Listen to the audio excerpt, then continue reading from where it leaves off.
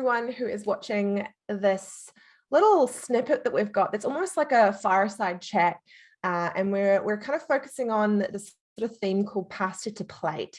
So I'm Rachel Kelly. I work at Tailored Health and Performance and run a technology company called Tailored Technologies.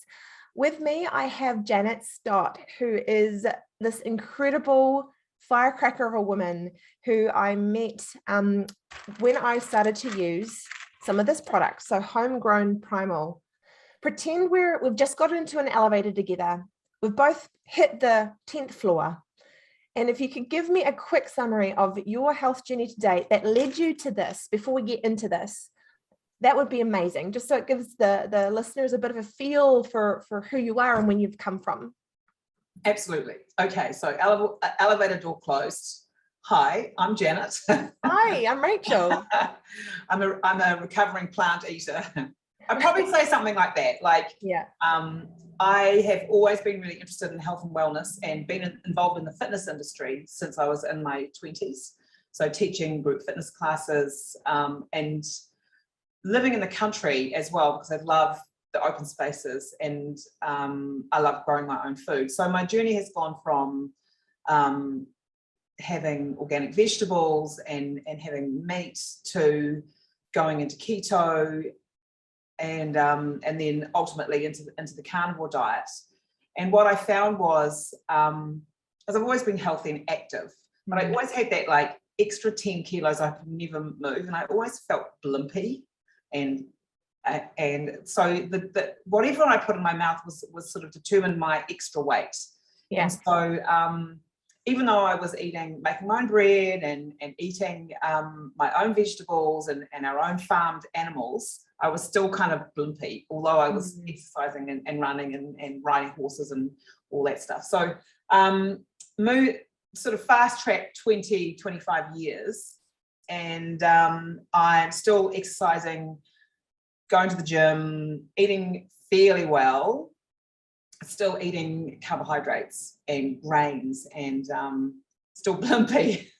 So decided that I might just go on a low carb diet. And this is when the information came out on the heart health hypothesis, and how the dietary guidelines indicated that we needed to remove saturated fat and eat plant oils, vegetable oils, and have like 75% of our diet in carbohydrate. So that didn't work for me because I was still exercising, I had energy, but I still had that 10 kilos of fat that I couldn't move. So I looked into a low carb, high fat diet, and everything changed. So that my body fat percentage dropped, my energy levels kind of stayed the same, but it took a long time to move from using using carbohydrate as a fuel to fat as a fuel. So it took a long time, and there was a lot of internal argument around, I'm never going to do this. So there was a whole lot of doubt around I couldn't do this because carbohydrates were my love. Yeah. Sweet, sugary breads, and that was sort of because I love being in the kitchen and baking. Yes. So then I delved into the research and had a look at what actually carbohydrates did in the body, and what seed oils were doing in the body, and things started to change because I also looked at the toxic plants like lectins and leaky gut, and decided that the best thing for me and my partner to do was to just remove all those things, all plant foods, and go straight to animal-based diet. And that's when things started to really radically change. No longer blimpy, all the body fat went, and like I'm 5'9.5" and I'm about 72 kilos. I've lost 10, so I was 80 kilos when I was still running and feeding myself with carbohydrate. And the other thing that I really noticed was there was no 4 o'clock plummet. And I'm not looking at 4 o'clock, I'm not looking for something to eat because I'm hungry.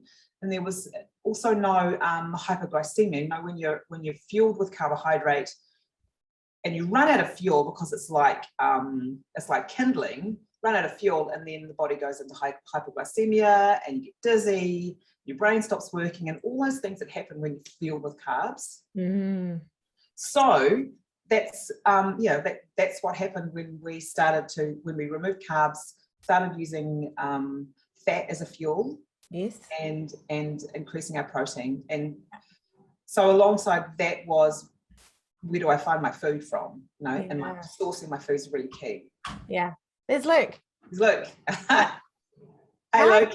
Nice to see you. What's that? It's nice to see you. Nice to see you as well. These two have been interacting by email, might I add. So this is the first time they've actually met each other. Hi. Yeah. So I just got onto an elevator with Janet. We went up 10 flights and her story was already so remarkable. I got off with her on the 10th floor and kept talking in the foyer.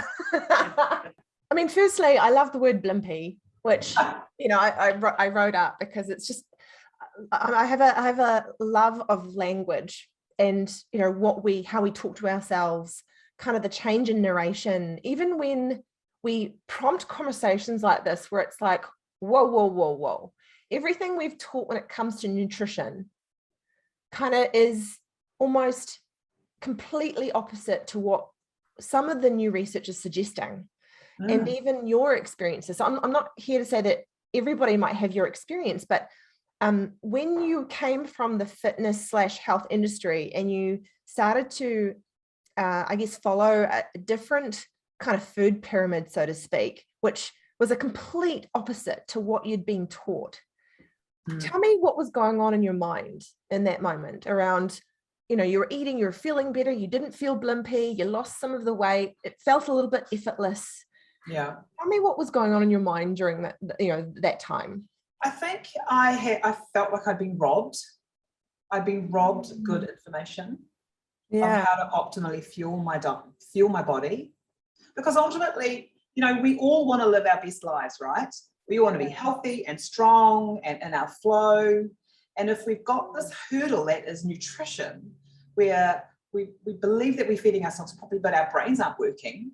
Yeah. And I'm dragging myself around because I'm so fatigued, because I'm tired and I'm in an energy deficit. So I'm eating all the wrong food to sort of, it's like a roller coaster. And so I was really, really annoyed that I'd been fed all this information. And you know what? If you Google the New Zealand food guidelines, they still recommend low-fat meat, lean meat, 3 times a week, and fuel yourself with carbs and vegetable oils because of the narrative around cholesterol. That's robbing so many people of living their ultimate fullest life. We're only here for 70 plus years. So let's make the most of it. Particularly when you can't do all the studies, you can't look at all the research, and you depend upon people that are far more well trained and have greater context to be able to give you the truth. But having said that, truth is such a loaded word. Especially in these days. Misinformation, mistruth.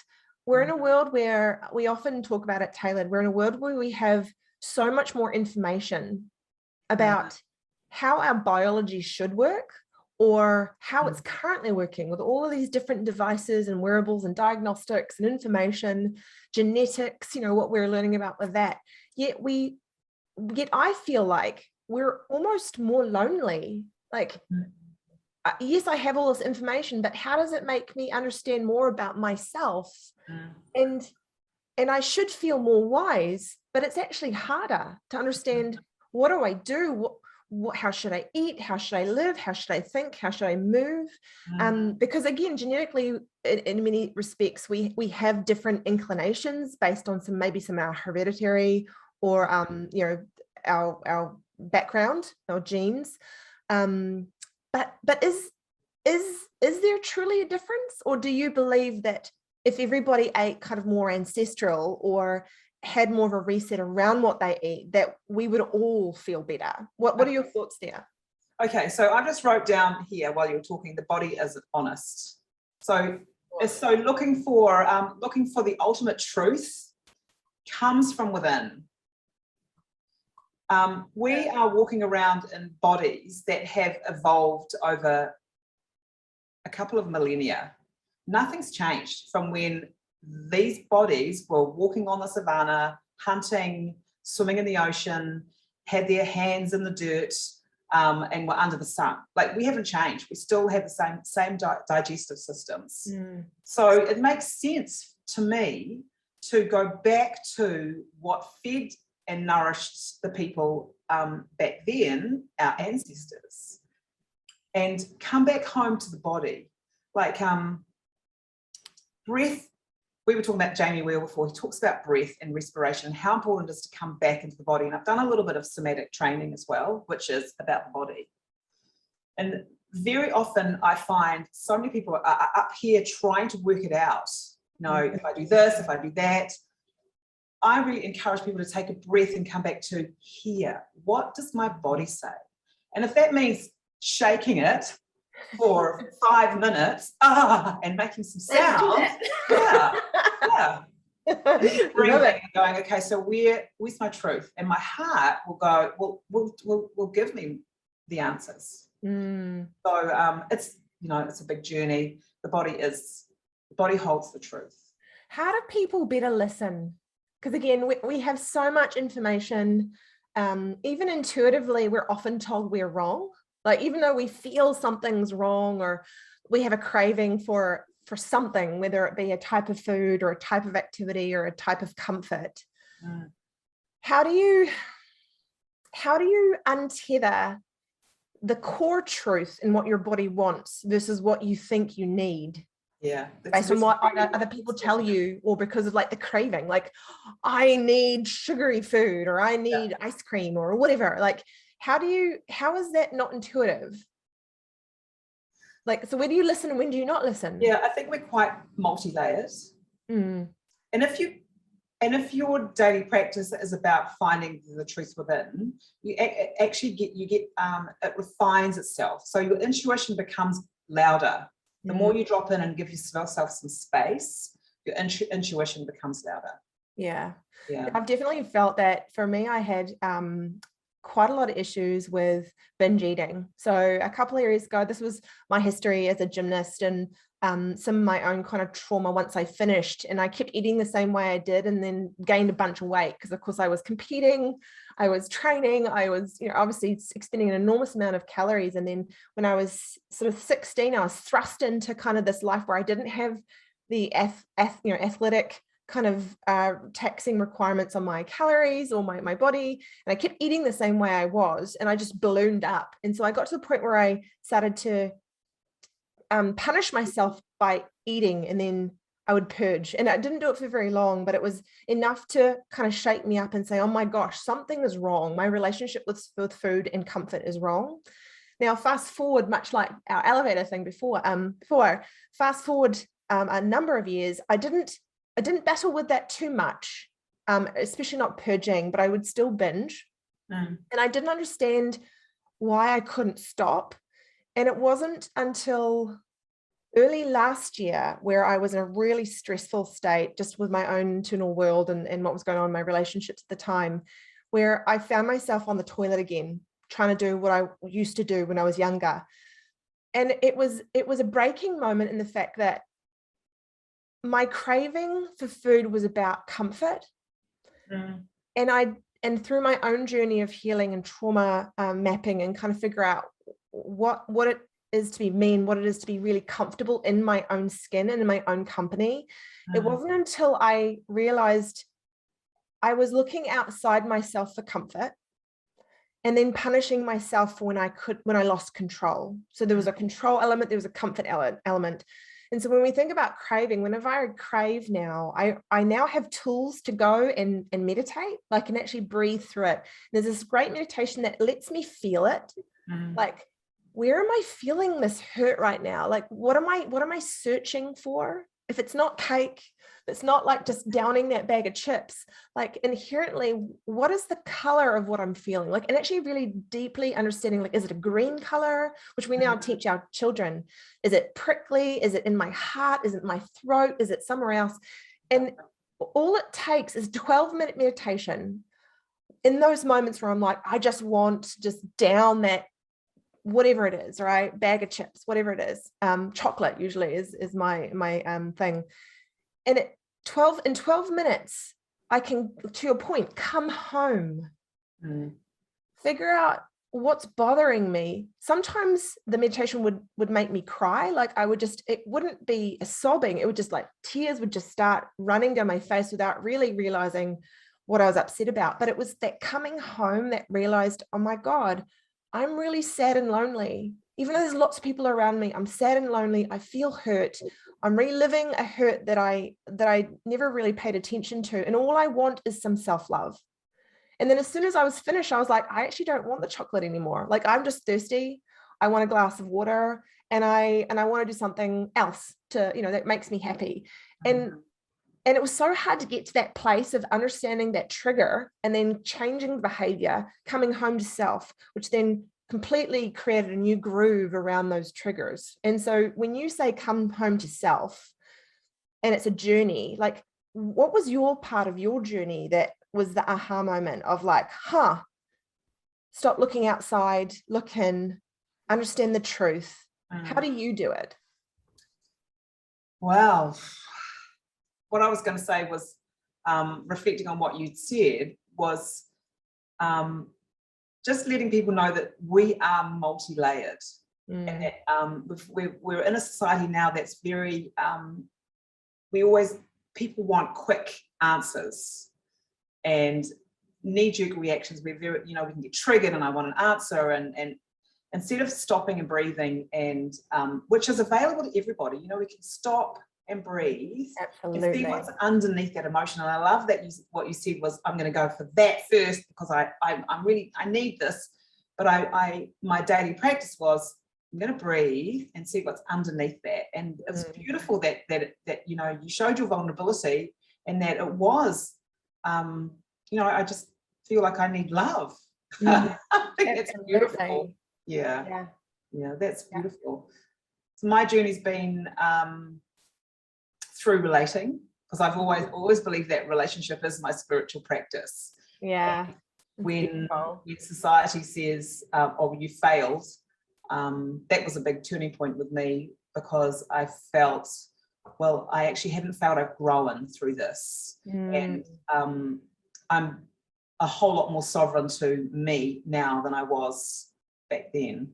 Yeah. And there's lots of training programs and life enhancement programs that you can do. I've been involved with Tantra for a long time. Yes. And Tantra is very somatic, so it's very in the body. Okay, so Tantra, there's a misnomer about Tantra, because people automatically think it's about sex, but it's not. No. Can you give us like a 2-sentence summary of what Tantra actually is? Okay, well, I'm not an expert, but if you look at us as humans, we are, and I've referenced Jamie Wheel because we were talking about him before, about his book. We are, excuse me, we're on two axes. Our life experience is on 2 axes. So the top one is, he talks about kairos, about our sacred life. And then he talks about chronos, our time-based life. And the time base is where we experience life and have trauma, and our chronos is our spiritual life. So I kind of see that as a sort of a definition of Tantra. But we're also we're animals, and we're sexual. And a lot of people I've done a lot of work with women and their sexuality, and a lot of women say, well, I'm shut down from the waist down because I'm not feeling anything.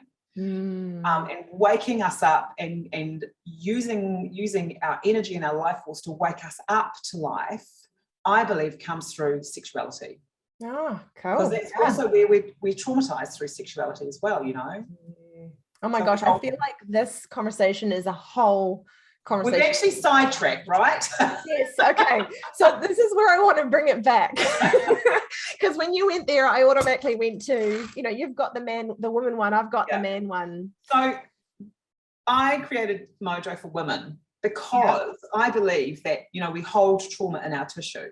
Yes. And because my passion is women's sexuality and pleasure, I thought, well, we've got all these other products. Let's do something for women specifically for healing trauma in the yoni. We talk about the yoni in Tantra talk being our vagina and our vulva.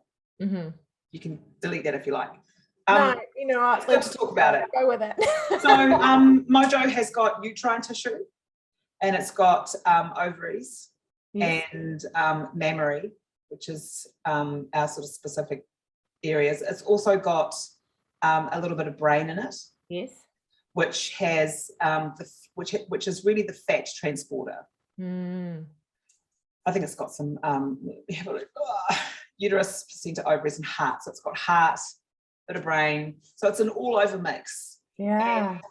And, it's sort of designed for women of all ages to really bring life back to their sexuality.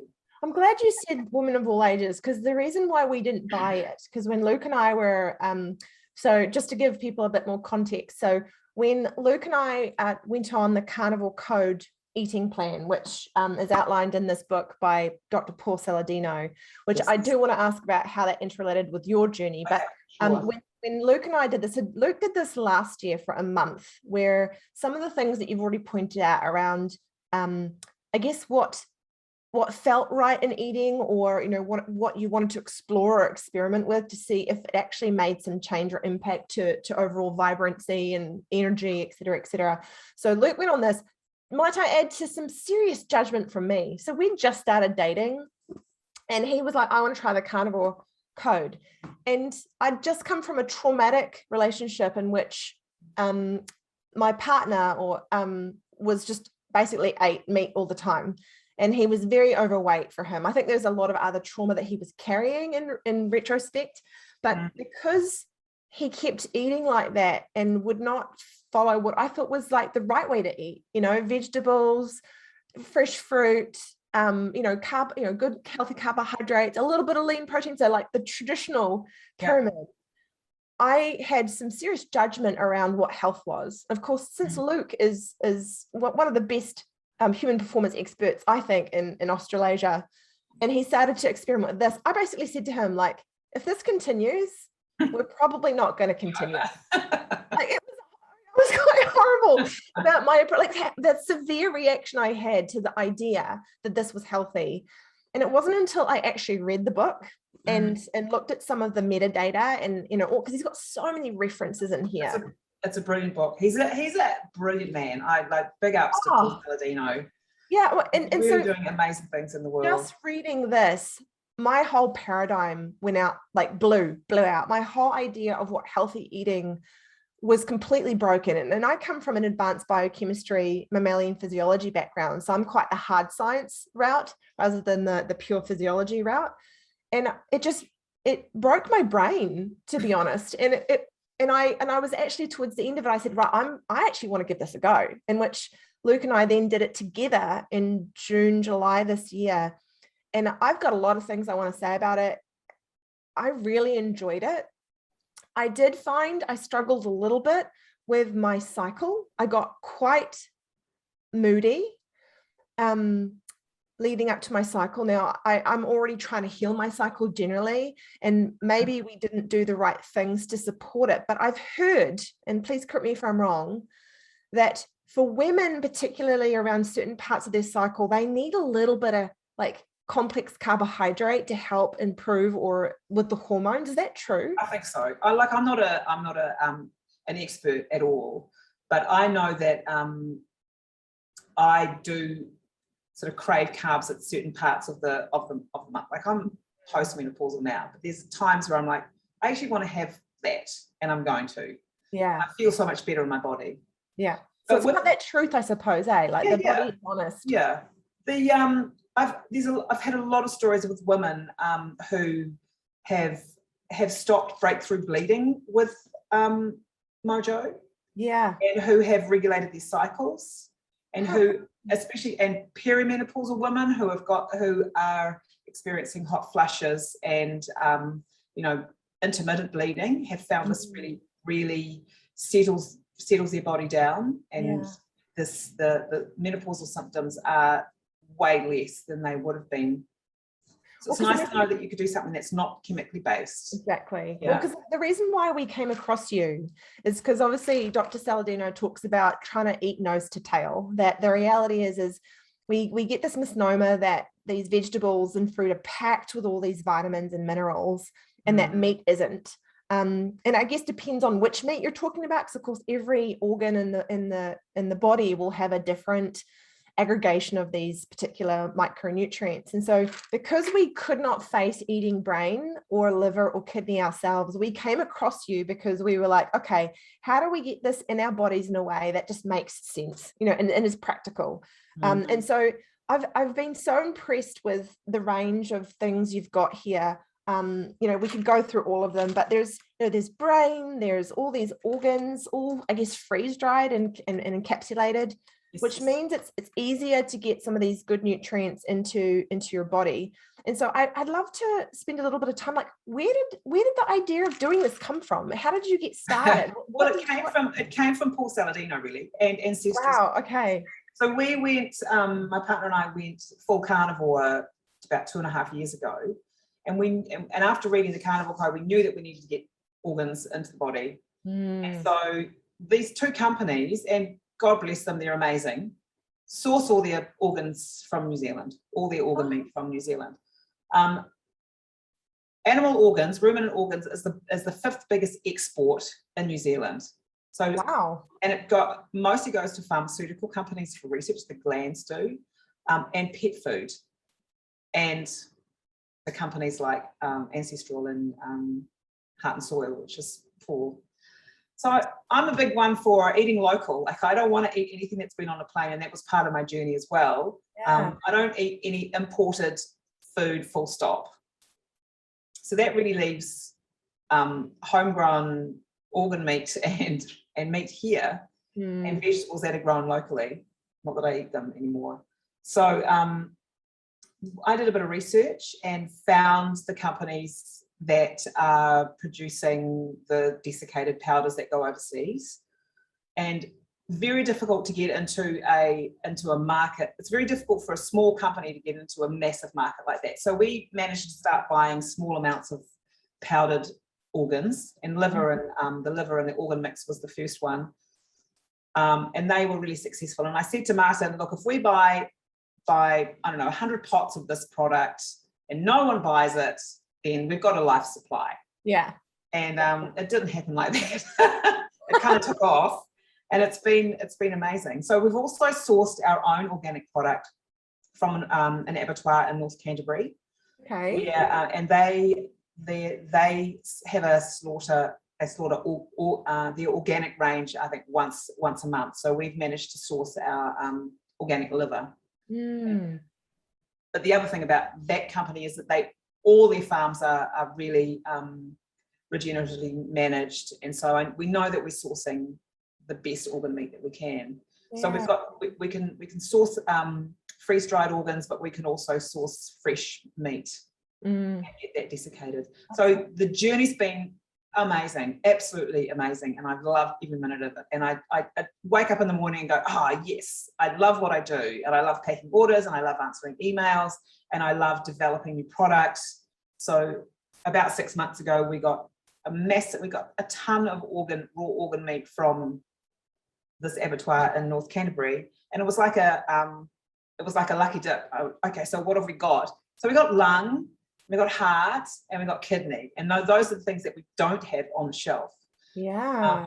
So we've now got a heart and lung mix, which isn't in the store yet. It's going to be there soon, which is perfectly timing for the climate now. Yeah. Because if you think about glandular therapy, and I'm sure that you've got some really interesting information about it, and it's supported by the work of Weston A. Price, where like supports like.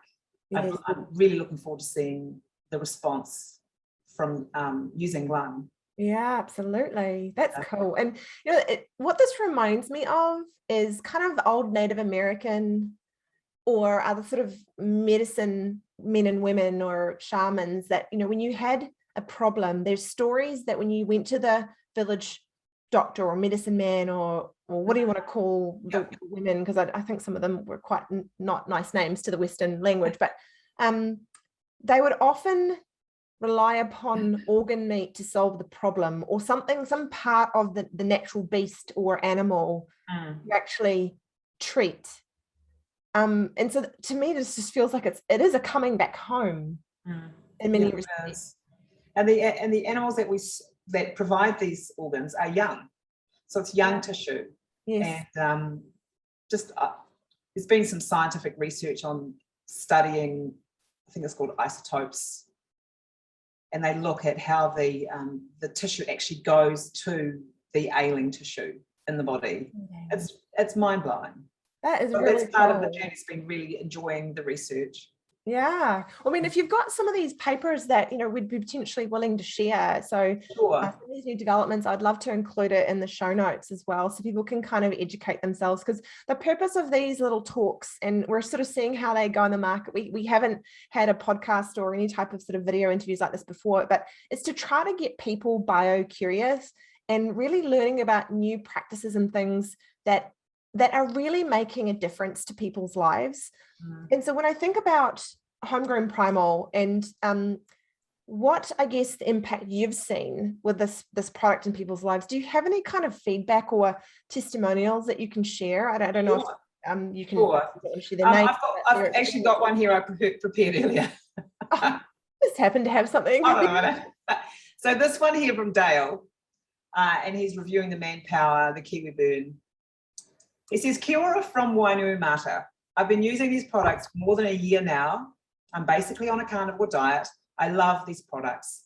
I work 12-hour shifts and I'm on my feet all day with lots of problems constantly being thrown at me. I find Ignition, Thrive and Boost help keep my brain sharp and my energy levels high. I'm 52 and I've noticed my skin looks way better after using Restore.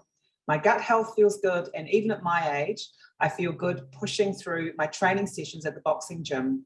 My sleep is good and my general health feels good. And I reckon it's certainly enhanced by these products. I love them. That's my experience." So he's one of, I can say, thousands now of people who are really experiencing our products. And, everyone's 5-star. I have not had a negative review. Yeah, I bet that's just blown your way. And to your point that you ordered all the stuff and said, worst case scenario, we're set for life. But the fact that you are not alone and that others are equally on a curious hunt to explore what great health looks like, and in a modern day in which it's hard to be close to our animals that we do sacrifice and give thanks for and eat for our own vibrancy. It's beautiful that you can offer that. It brings me to tears, honestly. I met a woman at the gym about 2 months ago, and she told me that she'd had a brain injury. Yes. And so I gave her a pot of Ignition. And I saw her 3 weeks later, and she said, "I can't believe what's in it. I can't believe it. I feel so different." And so my brain feels like it's firing again. I just burst into tears and gave her a hug, and I said, "Oh my God, this is why I do it, because it's touching people's lives." Yeah, we need to get some of these, All Blacks or other young rugby players onto these things so they can try to overcome some of the brain injuries, the micro brain injuries, which is so sad. But and so I want to hear, okay, so you're gonna laugh. So our 8 and 11-year-olds yesterday, because we got a new shipment of your stuff yesterday. The day before, and we had it on the dining room table because we hadn't kind of put it into our little daily little capsule things that we have for all of our micronutrients. And my son was like, "Oh, you're taking a lot of these things." To the point that we said, we explained to him what they were. And both my daughter and son were just blown away. I mean, firstly, they were like, "Oh, gross, why would you eat that?" Until we actually explained to them the amount of like vitamin D, vitamin K, B12, like all of the things that we can get are just so concentrated in these tissues that for us, it just makes sense. That we're trying to get closer to our food, but in a way that actually makes sense for our lives. and they were really excited to try it. And so we hadn't actually given them any of the stuff before. We gave them a couple of things last night, just things we knew wouldn't kind of like get them sometimes energized, because some of the stuff gets you quite energized. And then this morning we gave them a bunch of just one of each of a couple of the main ones, and they were on fire. And I don't know, it's just because for them it's almost like this vitality element, like, yeah, I'm getting closer to my plate, like into the things in the pasture. And it was just funny as young children seeing their response to like this closeness to food in a way they hadn't experienced before. Wow. It's just so easy to access, and I know, which is fantastic, because I love that you provide this in a way that just makes sense. And then, but I want to understand the two, like masculine, feminine ones. Again, men power, you've already talked about your other one. And my son just blew his mind when we said this is testes, bovine testes, amongst other things. He was like, oh my gosh, this is just next level. Why would a person take manpower? You've already kind of alluded to the female version, but what could be going on in their lives to say, yeah, this is something I need, this will help me? Okay, so men, there's a lot of men who are dragging themselves around because they've got low testosterone. And low testosterone comes from a number of factors. And I'm sure you could probably explain more than I could, but stress, workload, bad nutrition, lack of exercise. And I don't know, they're just like really finding that having the testicle product in their diet has really made a difference. Fascinating. Yeah. And is this things almost all the way to kind of the outcome, so they're able to either improve kind of sex drive or the ability to perform or overall vibrancy and sustainability generally in life? Like, is it sort of covering all of those kind of? Yes, it is. I've had a lot of reviews, letters from people saying I've got my libido back and I'm really excited about it. Yeah, so beautiful. Again, back to sexuality, we define ourselves through our sexuality. And if we've got a partner or a friend who's really coming back into his body and into his energy, how cool is that? Yeah. Like just big up for the men, I want to see them in their power and their masculine and really doing life. Yeah. With vigor, right? Yeah. And so for the female, you sort of alluded to some of the reasons why women would want to take that. And you've actually got me a little bit more convinced because I thought it might have been for more like menopause or perimenopause, which I wasn't too sure if I was in that place, but it sounds like that's something that I'd be quite keen to give it a go. Right. Try it and view it. I mean, I'm fascinated, but I'm realizing we could probably talk for a really long time. I think so. Like, was nearly been an hour. Where's this time gone? But I guess my last sort of take home that I have for you is, out of all the things that we've discussed today, what is one thing you hope people can at least take away and say, wow, I can make a change here? I would really like people to think about what's on their plate and where it's come from. So, and the question would be, am I eating local? And am I eating seasonal? Yeah. So eating nose to tail, we are getting all our essential vitamins and minerals with meat as well. And we don't need to look for imported fruits when they're out of season, or imported vegetables when they're out of season. And gosh, if they locked the borders today or tomorrow, I'd be really in my happy place. Yeah. There's so much belief that needs to either be untangled. Like, again, we've got such a tangled view on what the right way to live is, what healthy really looks like. And I guess it's not until we have that opportunity, or we're forced to be able to untangle, untether these old assumptions, because again, we've been inundated with information. We don't know what's right what's right for you, what's right for, for your independent kind of makeup and the lifestyle you lead. You said that there's lots of layers. So I guess it's just trying to like carve them back, kind of look under them, address like, oh, okay, is this the belief construct you want? And so I suppose when we think about, your advice to kind of eat local or eat that's perhaps more honored of the truth, like to quietly listen a bit more intently to what's going on, to take breath, right? Use breath as a place of calm and comfort, and then almost come home with what feels right to eat. Because I feel like people know they shouldn't eat certain things like that donut or that cake, but it's that immediate satisfaction almost at the expense of or as sabotaging self. And so I guess it's that quiet voice that says you deserve better. And then what does better look like for you? Be honest with yourself and find the truth within. Yeah. And so I suppose, and I'm sure you with you and your partner and your journey, my journey of getting to where I'm at right now, which I think I'm a far more balanced human. I thought I was a pretty good human before, but I feel like I'm a better human to myself now and as a result to others. But I didn't do this by myself. I had an amazing partner. I had amazing specialists, amazing friends that were on a similar journey of growth and discovery, and to really open my eyes to new ideas, even if I resisted them first. Classic point, this book, I resisted it like you would not believe.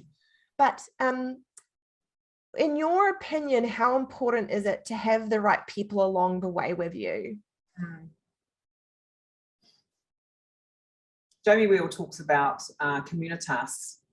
And recapture the rapture? Recapture the rapture, yeah. So there is estasis, which I find as ecstasy. Catharsis, which is healing. So he talks about those three, and communitas. So being in a tribe, having people support you, just being part of a group is really key to us as human animals. Like, we are tribal. We need to be shoulder to shoulder with others to share the load, to raise our children, and to talk, to sit around the fire, talking with each other, Because they're everywhere. I think the point is people are waking up everywhere. And I think we've mentioned in previous podcasts that we've been guests on is I think people are tired of the old song. It's getting pretty old. Yeah. And people inherently know what they should do, but it doesn't make it any easier to do it. And then equally, what is the right way to do it? Is there a right way? And learning that the body, to you, and I keep referring back to this language, is if you're feeling blimpy, right, it's because you're probably robbed of information that can help you make empowered decisions about your body. And that if we start to better breathe, start to find the right tribe, start to be open to new ideas, open to new ways of looking at things that perhaps had always been really fixed in your mind, then you can kind of come back home and start to look at your body as the true place of honesty and truth in yourself. And so there's this beautiful story that I think is starting to be, told by lots of people, including, these people. There's another great book called The Body Keeps the Score. That's a beautiful book. And so I'm so thankful that we're living in a world in which people are starting to speak up. And so I want to be able to finish off this and say, it's been a delight to finally meet you in person, well, as best as in person as we can get. And I'm so proud that in a small way, you become a part of our tribe. Oh, thank you. Because this is a journey that requires commune and creating small moments of joy, and then teaching each other, including as a part of ourselves as a mirror, how to be better. And people want to feel better. And so how do we do that? How do we empower? How do we engage? How do we educate? And this is the type of conversation that we want to be able to share more broadly and have a really frank, open way to talk about these things, and even invite people who devoutly argue. Like, I've felt great on vegan. I've felt great on vegetarian, whatever it is. You know what? Awesome. That's awesome for you. Whatever it is, if it made you feel better, keep doing it.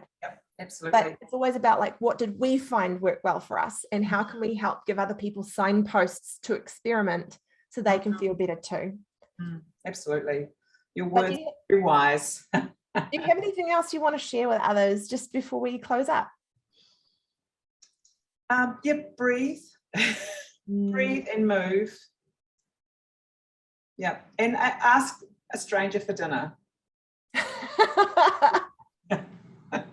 Yeah, get to know people. I think a lot of people are struggling. They were struggling before COVID, and they're definitely struggling now.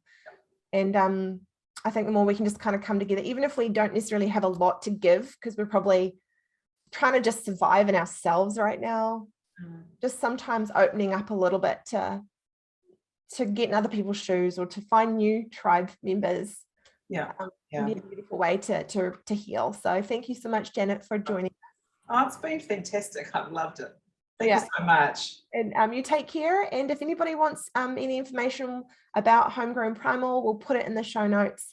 Sure. We do obviously recommend that if you're interested, this has been a great way to, like a primer to jump in. And again, this is all about starting great conversations and not knowing all the knowledge. Yeah, exactly. But thanks, Janet. And I'm looking forward to walking alongside you on the path ahead, and thanks for joining our tribe. Yeah, me too. Thank you so much. See you later. Bye. Ciao, ciao. Bye-bye.